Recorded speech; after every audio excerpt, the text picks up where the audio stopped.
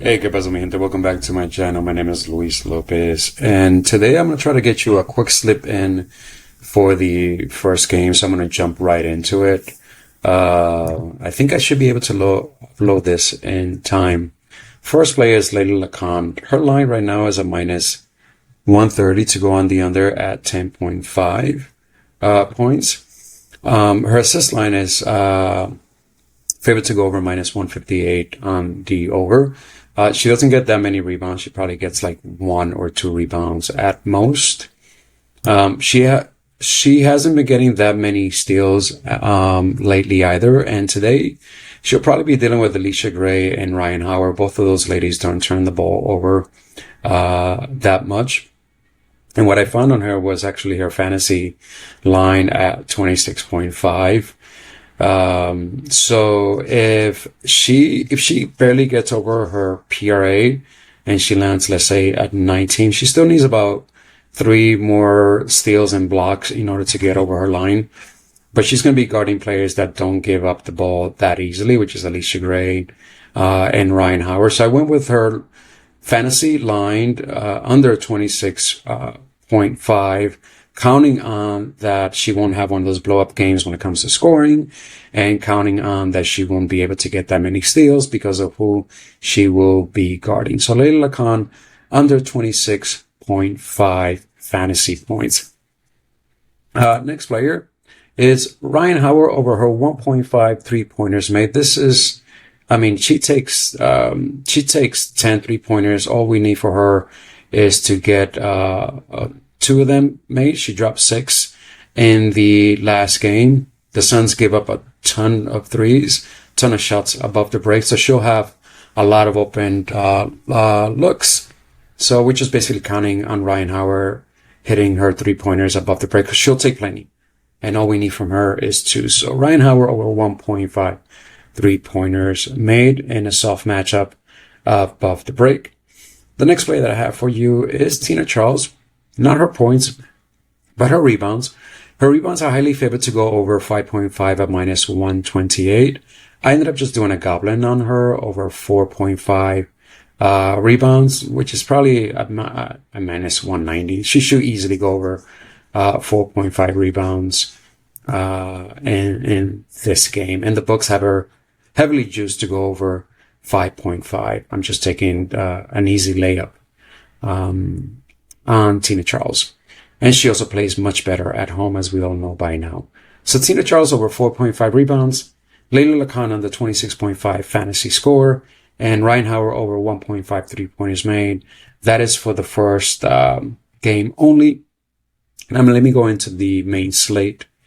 If hopefully I could get this video uploaded soon. In the next game is the Wings are taking on the Lynx. This game does have a 17-point spread, 169.5 a game total. Kayla McBride has been officially rolled out, so now more usage for Courtney Williams. That means either Natasha Hyman is going to come into the starting lineup, which is who I expect, which in turn will put Courtney Williams playing off ball. Natasha Hyman will be handling a lot of the ball duties. And if Courtney Williams is going to be playing off ball, and Kayla McBride not being there, she'll be rely on heavily to score more. She shoots a good amount of threes above the break, where they rank that last. 33% of her shots come from there. And then the other 42%, it's right here in the post area. So this is where basically she gets most of her points. And this team, the Wings, are just horrible everywhere. Defensively, in the post area, underneath the basket, above the break, but specifically in the post area and above the break. I was going to take Kayla McBride before she got rolled out her threes, but I pivoted over to Courtney Williams now playing off ball, which I expect over her 13.5 points. Next player, revenge game, Dejounte Carrington over her 10.5 points line, or as the books have her favor on the over at minus 122 over 11.5 points. Revenge game for Dallas Wings. They treated her horribly over in Dallas, so I expect her to play like she's gonna play her heart out. And now with Kayla McBride not being there, DJ Carrington should be shooing for at least 13, 14, 15 points.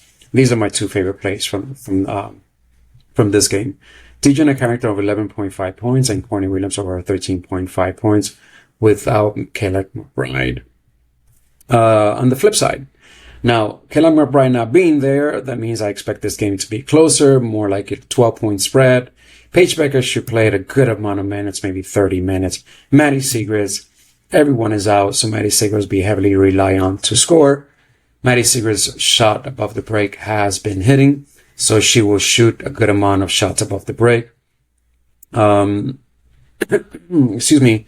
Where the Lynx now without Kayla McBride drop heavily when it comes down to the defense above the break.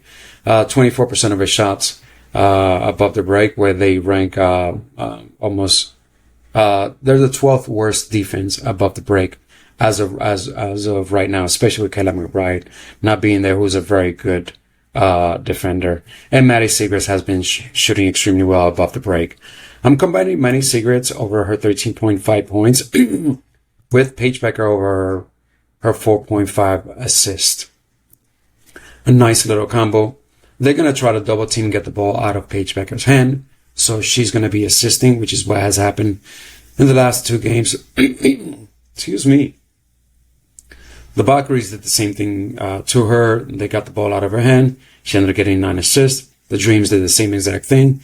Forced the ball out of Paige Becker's hand. She ended up getting 10 assists. So Paige Becker over 4.5 assists combined, and as a nice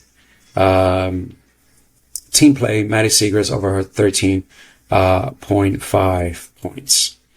All right, so that's that game. Let's move on to the last game of the day. Sparks versus the Storm. Sorry if I'm rushing through this. I'm just trying to get this out there to you as soon as possible. This game does have a 8-point spread, 173 game total. Tons of points to be scored here.